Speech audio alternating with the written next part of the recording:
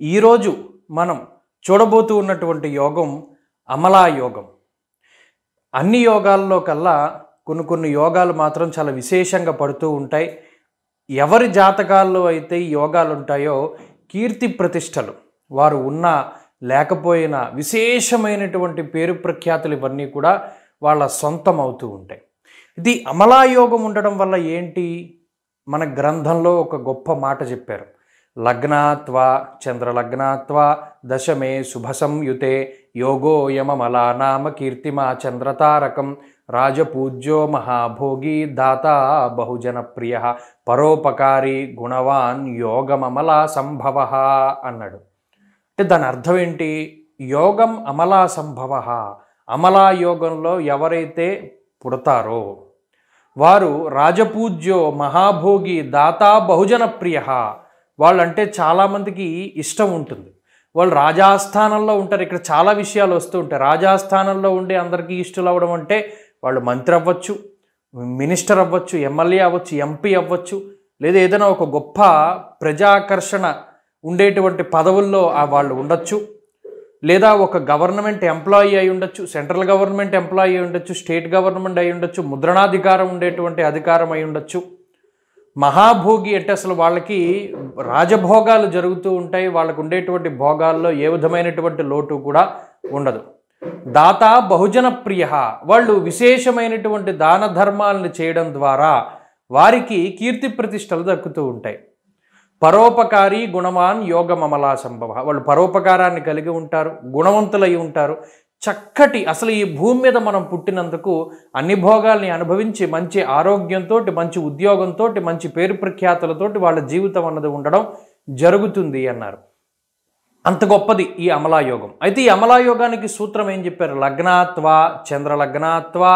లగ్నాత్తు కానీ చంద్రలగ్నాత్తు కానీ అక్కడ ఏదైనా పట్టచ్చు. దశమే శుభ సంయుతే, 10వ స్థానంలో ఉండాలి. ఇక్కడ ఈ జాతకునికి దశమం, చంద్రలగ్నాత్తు దశమం గురుడు ఉన్నారు, లగ్నాత్తు దశమం బుధ శుక్రులు ఉన్నారు. చాలామంది అనుకుంటారు శుక్రుడు నీచపడ్డారు కదండి ఈ జాతకంలోనూ అని చెప్పి అనుకుంటారు. కానీ బుధుడు ఉచ్చపట్టి ఉన్నారు కదా, నీచభంగ రాజయోగం అయింది. అయినా కూడా ఈ అమలాయోగం అన్నది శుక్రగ్రహం చాలా విశేషంగా ఇస్తుంది. అంటే ఈయనకే గనక శుక్రుడి అంతర్దశలో వచ్చిన, శుక్రుడి యొక్క దశలో వచ్చిన, సాధారణంగా ధనుర్లగ్నానికి శుక్రుడు యోగ్యమైన గ్రహం కాదు, కానీ ఇక్కడ అమలాయోగాన్ని ఇచ్చేటువంటి శుక్రగ్రహం కాబట్టి ఆ శుక్ర దశలో విపరీతమైనటువంటి పేరు ప్రఖ్యాతులు, మరీ ముఖ్యంగా ఈ జాతకులు నటన, విశేషమైనటువంటి నటన కౌశల్యాన్ని కలిగి ఉన్నటువంటి వారు, ప్రజలందరినీ నవ్వించగలిగినటువంటి వారు, వారి యొక్క నటనతోటి చాలా చక్కటి జీవితాన్ని గడిపినటువంటి వారు, విశేషమైనటువంటి పేరు ప్రఖ్యాతులు కలిగి ఉన్నటువంటి వారు, హాస్యరసం వారిలో సమృద్ధిగా ఉంది. వారి యొక్క కీర్తి ప్రతిష్టలు ప్రపంచం మొత్తం కూడా వెళ్ళాయి, గొప్ప గొప్ప అవార్డులు అందుకున్నారు. అలాగే వాళ్ళు మంచి ఉద్యోగం చేశారు, ఉపాధ్యాయ వృత్తిలో ఉన్నారు. ఇలా ఒక గొప్ప జాతకాన్ని మనం చూడొచ్చు. ఈ శుక్ర మహాదశ నడిచినప్పుడు 20 ఏళ్ళు కూడా విపరీతమైనటువంటి భోగాల్ని అనుభవించి అమలాయోగం వల్ల కీర్తి ప్రతిష్టలు ప్రతి ఒక్కరికి వాళ్ళ పేర్లు తెలిసేలా ఉండి, వారి యొక్క ఉద్యోగము లేదా వారికి ఉండేటువంటి ఇవన్నీ కూడా మంచి స్థితిగతులన్నీ వచ్చాయి. ప్రభుత్వం నుండి మంచి గుర్తింపు వచ్చింది. అన్నింటా కూడా వీళ్ళకి చాలా యోగ్యమైనటువంటి స్థితులు ఈ శుక్ర మహాదశలో జరిగాయి. అలాగే గురుదశ కూడా అమలాయోగ కారకమే కాబట్టి ఆ యోగంలో కూడా విశేషమైనటువంటి ఆ అంతర్దశలు జరిగినప్పుడు చాలా గొప్ప పరిస్థితులు కూడా ఈ జాతకుల్లో ఉన్నాయి. ఇలా లగ్నాత్తు కానీ చంద్రలగ్నాత్తు కానీ శుభస్థానం అంటే అశుభగ్రహాలు గనక, మంచి గ్రహాలు గనక దశమంలో ఉంటే యోగం వస్తుంది అన్నది ఇది కూడా కొన్ని లగ్నాలకి విశేషంగా చెప్పబడింది.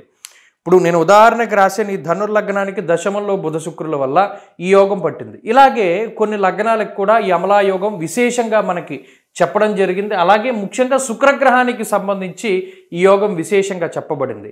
ఈ యోగం ఉన్నటువంటి వారు ముందుగా చెప్పుకున్నటువంటి సూత్రం అలాగే ఆ శ్లోకం ఆధారితంగా వాళ్ళ యొక్క జీవితాన్ని గడిపి గొప్పగా ఆ జీవితాన్ని వదిలిపెట్టడం అన్నది కూడా జరుగుతుంది. స్వస్తి.